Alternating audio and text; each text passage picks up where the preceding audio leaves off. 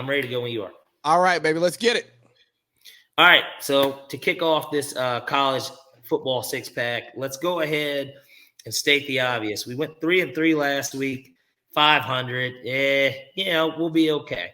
We'll be all right with that. I haven't been killing it in college. College has been so goddamn unpredictable.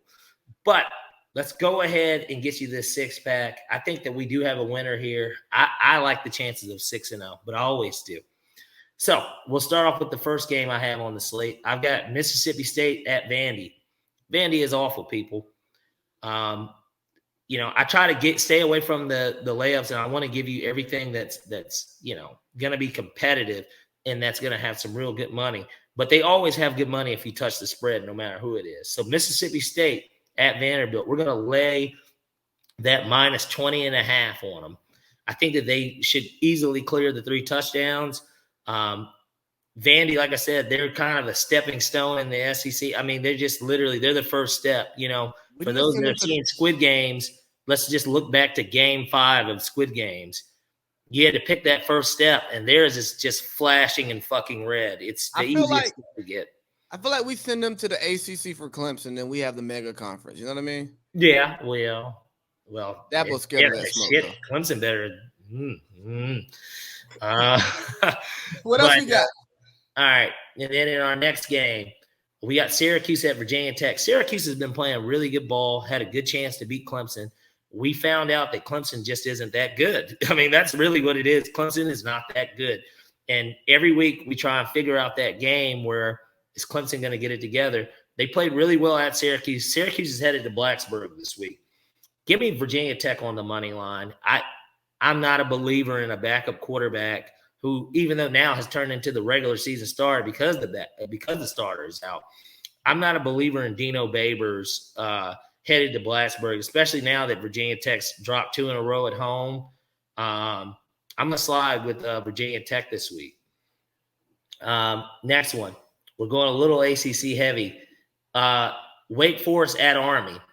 And I'm sorry for all those that are in the service that believe that Army's a good team because they run that bullshit-ass option that I'm glad Georgia Tech just stopped doing. I'd rather see Georgia Tech not win 2 games a year than win 7 running the option because it's just more – I just don't want to see it. And so – it's bad for the game. It is bad for the game. Wake Forest has a high-flying offense. They do score points, and I think that Army gets behind a little early.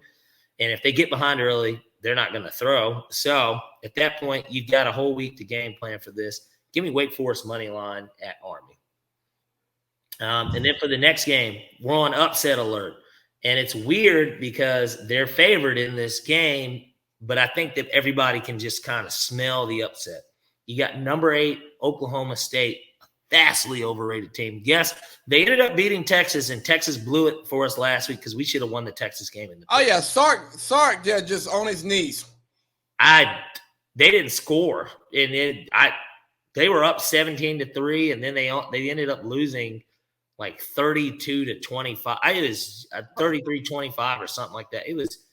I watched the game, and the running back looked like the best running back in the nation, and then he looked like he was. It looked like they figured him out or something, and Sark didn't know what else to do. I don't know, but I'm always low on Sark. I got more respect for Sark than only because of how the offense looked for the Falcons. The 2 years that we brought back, what's his damn face, Dirk. Yeah, once we bought back Cutter, I don't know.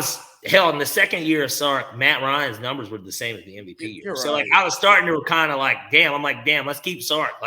Just keep Sark. Shit, fuck it. Keep him.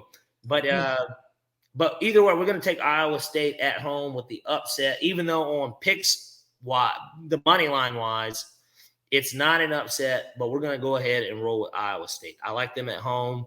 So we're taking the money line? Yeah, we're going to take a money line. And then we got another one. Let's go Ohio State at Indiana. We're going to take Ohio State minus 20.5 at Indiana. They're really starting to put it together. They stumbled out the gate a little bit against Minnesota in that first game, and then they dropped the game to Oregon in week 2, which was pretty early.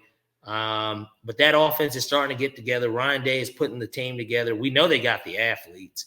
Indiana is not that good. Granted, this game is at Indiana. The fans should be hyped up for it, but they are missing Penix Jr. at quarterback, and he's a big reason for why Indiana was so good last year. And they were pretty competitive in that game last year against Ohio State. But, yeah, it's a no for me, dog. So we're going to go ahead and take that minus 20.5 on Ohio State at Indiana. I expect them to cover the 3-touchdown spread. And then for our final pick of the college six-pack, and I touched on this a little earlier that I was going a little ACC heavy because we don't have Georgia this week. We got Alabama, but I don't want to touch that game. I'm going to come out and say that Dabo and them get it together against a Pittsburgh team that's looked really good. And it's on the road at Heinz Field. Give me Clemson money line. This is your upset of the week because they're plus money. I think that maybe DJ Uiagalelei finally justifies being in a Dr. Pepper commercial, and that we can finally have something positive to say about, what it is that he's trying to get done there to maybe save his legacy and it not just be one of those, wow, he looked really good against Notre Dame in that one game last year. And, I just think that all hope can't really be done for Clemson. If they lose this game, obviously no chance at the ACC championship. It would be tough to see Clemson just go 8-4, 8-5. I mean, I don't know. I got to see it. They still got the horses over there.